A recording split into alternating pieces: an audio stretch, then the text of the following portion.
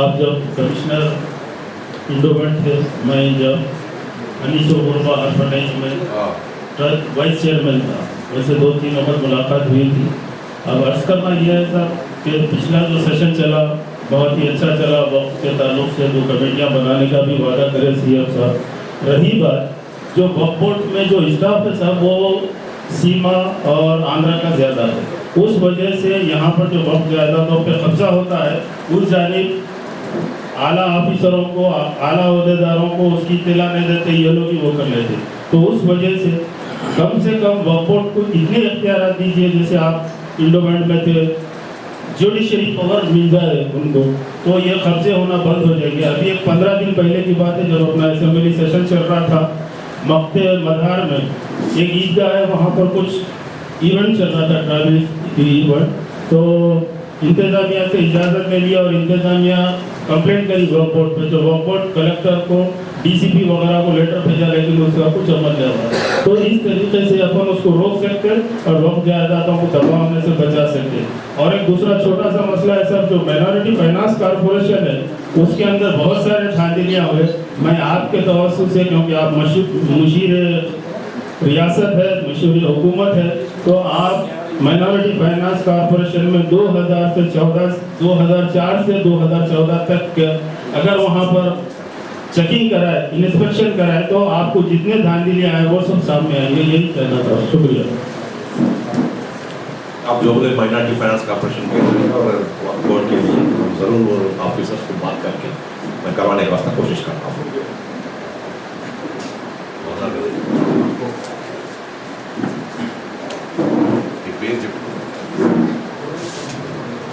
నా పేరు రఘునందన్, పెద్దలు రమణాచారి గారికి, సభలో వచ్చేసి ఇంత ఓపిక వింటున్న మీ అందరికీ నా శిరస్సు నమస్కరిస్తాను. వేణుకుమార్ గారు ఇక్కడ 4-5 సార్లు నాకు అవకాశం ఇచ్చారు మాట్లాడడానికి. వారు చెప్పినట్టుగా దక్కనీ తహజీబ్ గురించి, ఆత్మహత్యల గురించి మాట్లాడే వచ్చినప్పుడు ప్రపంచంలో ఎవరైనా ఆత్మహత్య చేసుకుంటే నేను ఆల్రెడీ ఇక్కడ మాట్లాడిన విషయాన్ని 2 నిమిషాల్లో పడుతుంది. ఆత్మహత్య చేసుకునే వ్యక్తి ఆలసిల్లితే ఆ వ్యక్తిని మనం చేసుకోమని చెప్పద్దు, చేసుకోవద్దని చెప్పద్దు, కానీ పోస్ట్పోన్ చేసుకోమని చెప్పడం వల్ల ఆ బలహీన క్షణాన్ని పరిహరించవచ్చు. తెలంగాణలో, భారతదేశంలో కానీ ప్రపంచంలో కానీ ఎవరైనా ఆత్మహత్య చేసుకోవచ్చు. తెలంగాణ గడ్డ మీద పుట్టిన బిడ్డలు మాత్రం చేసుకోవద్దని అనడం. ఎందుకంటే తెలంగాణ గడ్డ మీద పుట్టిన పిల్లలందరూ ఎల్లలుగా ఎల్లమ్మని పూజిస్తారు, బ్రోచి అమ్మను పోచమ్మను పూజిస్తారు.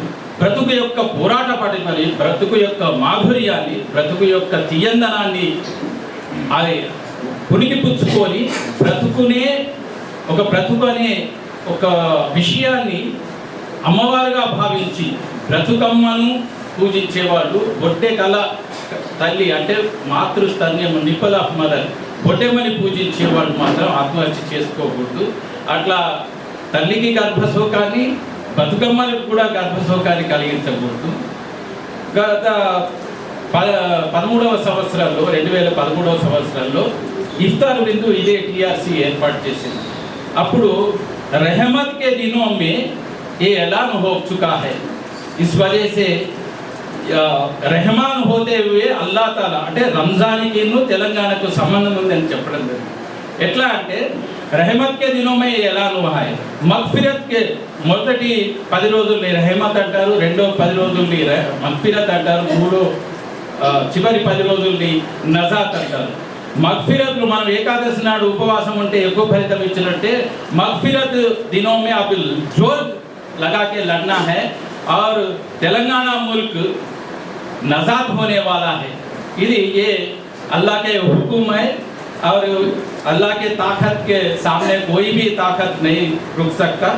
और मैं तमाम सीमांध्रा के मुस्लिम भाइयों को दरख्वास्त करता हूँ कि ये अल्लाह ताला का एक अपने लिए एक तोहफा है, ये तोहफा को कोई ठुकरा नहीं सकता, तेलंगाना को हासिल करने वाला है करके बोला।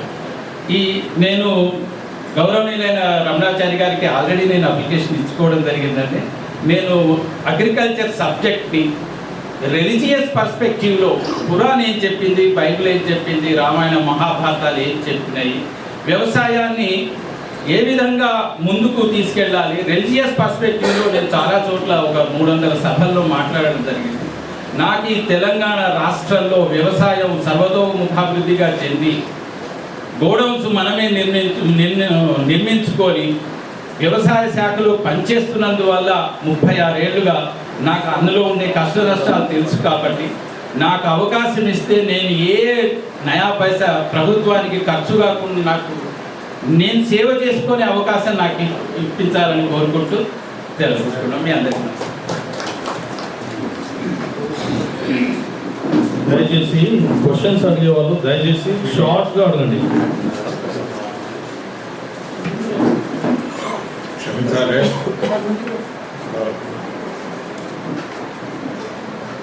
రమణాచారి గారితో నాకు వాస్తవపడ్డది వారు హౌసింగ్ బోర్డు వైస్ చైర్మన్గా ఉన్నప్పుడు. అప్పుడు ఏమంటే మా భువనగిరిలో హౌసింగ్ బోర్డు కాలనీ ఉండే, హౌసింగ్ బోర్డు కాలనీ ఉండేది. దాంట్లో బెనిఫిషరీస్కు ప్యానల్ ఇంట్రెస్ట్ వేయటం వల్ల ఒక్కొక్కరికి ₹1,00,000 పైన వస్తూ ఉంది. ఏంటండి అన్యాయం, మీరు ప్యానల్ ఇంట్రెస్ట్ ఇంకా ఎట్లా చేస్తారు, దీన్ని మీరు ఏమైనా చేయండి అని అన్నప్పుడు వారి దగ్గర పోయినప్పుడు ఆయన గవర్నమెంట్కి రాసి ఆ ప్యానల్ ఇంట్రెస్ట్ మాఫీ చేసుకుంటూ ఎట్ ఎ టైం రిజిస్ట్రేషన్ చేయించి ఇచ్చాను. అంటే నేను ఎందుకు చెప్తున్నా అంటే ఈ విషయాన్ని మీ అందరికీ ఎందుకు తీసుకొస్తున్నా అంటే రమణాచారి గారు చెప్పిన దాంట్లో ఒక ఆఫీసర్ తన స్థానంలో ఉండి వారు చెప్పిన మాటలు ఎగ్జాజరేషన్ కాదు, అవి వాస్తవం కానీ నాకు అనుభవంలో వచ్చి చెప్పుకుంటూ వారికి ఒక సూచనను కోరి సలహాను కోరి ఉన్నా. మీకు తెలుసు మన హైదరాబాద్లో వెనకట అంటే నా చిన్నతనంలో చెట్లు కొట్టేవాడు, చెట్టు మీద పక్షి గూడు ఉంటే ఆ చెట్టు పిల్లలకు రెక్కలు వచ్చేదాకా చెట్టును కొట్టకపోయేవాడు. సరే ఇప్పుడు బుల్డోజర్స్ వచ్చి కొడుతున్నాయి, అది వేస్తారు. అదేవిధంగా నైజాం కూడా 7వ నిజాం కాలంలో సిటీ ఇంప్రూవ్మెంట్ బోర్డ్ సిఐబి అని పెట్టి స్లమ్స్ అన్ని తీసేసి ఆ స్లమ్స్లో కూడా ఉన్న వాళ్ళందరికీ మళ్ళీ కాలనీస్ కట్టించడం అవన్నీ మీకు తెలుసు. ఇప్పుడు బర్కత్పుర కానీ ఇక్కడ మన హైదరాబాద్ కానీ సైబాబాద్ ఇవన్నీ ఉన్నాయి. ఇచ్చి అతను ఏం చేసిందంటే ఆ రోజుల్లో కూడా కొనుక్కోగలిగిన వాళ్ళకేమో ఖరీదుకి ఇచ్చి కొనుక్కోలేని వాళ్ళకు రెంట్కి ఇచ్చారు. అదే కాన్సెప్ట్ తోటి హౌసింగ్ బోర్డు కూడా ఏర్పడింది అని నేను అనుకుంటున్నాను. అయితే రాను వచ్చేవరకు ఏమైంది, ఈ మధ్యకాలంలో వీటిని మేము మార్కెట్ రేట్ కంటే 25% తక్కువకు మీకు ఇస్తాము అని చెప్పి ఒక ఆశ పెట్టి ప్రజలకు అందుబాటులో లేకుండా చేసి హౌసింగ్ బోర్డు యొక్క కాన్సెప్ట్నే దెబ్బతీసిన పరిస్థితి మన ముందు ఉన్నది అన్నది మీకు తెలియదు కాదు, కానీ నేను జ్ఞాపకం చేస్తూ ఉన్నా. అందుకోసం హౌసింగ్ బోర్డు కాన్సెప్ట్ తోటి దాంట్లో భూమి విలువ ఉండదు. ఇప్పుడు రాజీవ్ గృహకల్ప అని ఇవన్నీ అవన్నీ కట్టామంటే గవర్నమెంట్ ల్యాండే, కానీ మార్కెట్లో అంటే 25% తక్కువ ఇస్తామంటే ఏమిటండి? ఇది ఒక వ్యాపార ధోరణిలో పోయింది. ప్రభుత్వం తన మానవత్వ ధోరణి, తన ప్రజల యొక్క సంక్షేమాన్ని కాపాడాల్సిన ప్రభుత్వం వ్యాపార ధోరణిలో పోతున్నది కనుక వీలైతే ఈ విషయాన్ని దృష్టిలో పెట్టుకొని మీకు అవకాశం వచ్చినప్పుడు ముఖ్యమంత్రి గారికి చెప్పి ఈ ప్రభుత్వానికి మీరు సలహాదారు కనుక హౌసింగ్ బోర్డ్ ఒరిజినల్ కాన్సెప్ట్ ద్వారా ప్రజలకు సేవ చేసే విధమైన తెలంగాణ హౌసింగ్ బోర్డును ఏర్పాటు చేయాలని ఆశిస్తాం.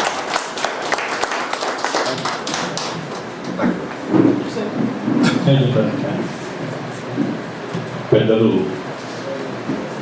అందమైన ఆచరణాత్మకమైనటువంటి సలహాలు ఇచ్చారు, సూచనలు చేశారు.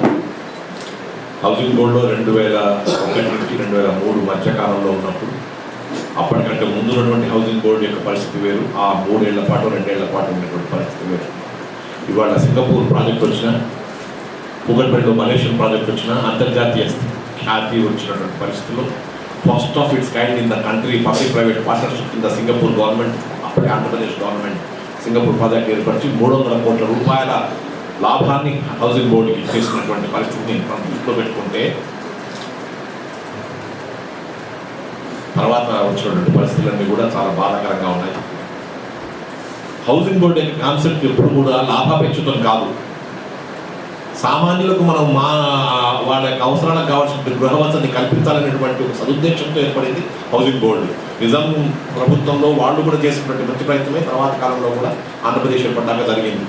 లో income group, middle income group, high income group అనేటువంటి రీతిలో వాళ్ళకు అందుబాటులో ఉండేటువంటి ధరలకు ఇవ్వాలనేటువంటి ఆలోచనతో మానవతా దృక్పథంతో ప్రభుత్వం పనిచేయడం అనేటువంటిది జరిగింది. కాలక్రమేణా ఆ తర్వాత కాలంలో 2004 తర్వాత వచ్చినటువంటి పరిణామాలను దృష్టిలో పెట్టుకున్నట్టయితే వ్యాపారాత్మక ధోరణి పెరిగిపోయేసేసి అది గవర్నమెంట్ సంస్థగా కాకుండా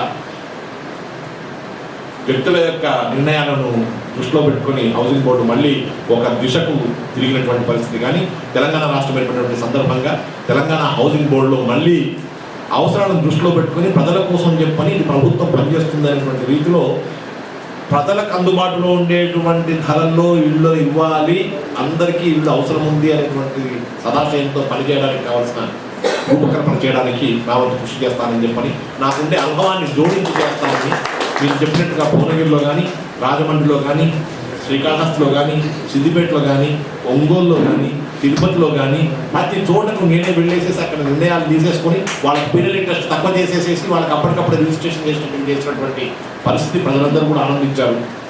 అలాంటి పరిస్థితి రాకుండా రూపకల్పనలోనే, నిర్ణయం తీసుకోవడంలోనే ప్రజలకు అనుగుణంగా ఉండేట్టుగా అవసరం ఉండేట్టుగా తెలంగాణ హౌసింగ్ బోర్డు ఉండేట్టుగా ప్రయత్నం చేస్తాము.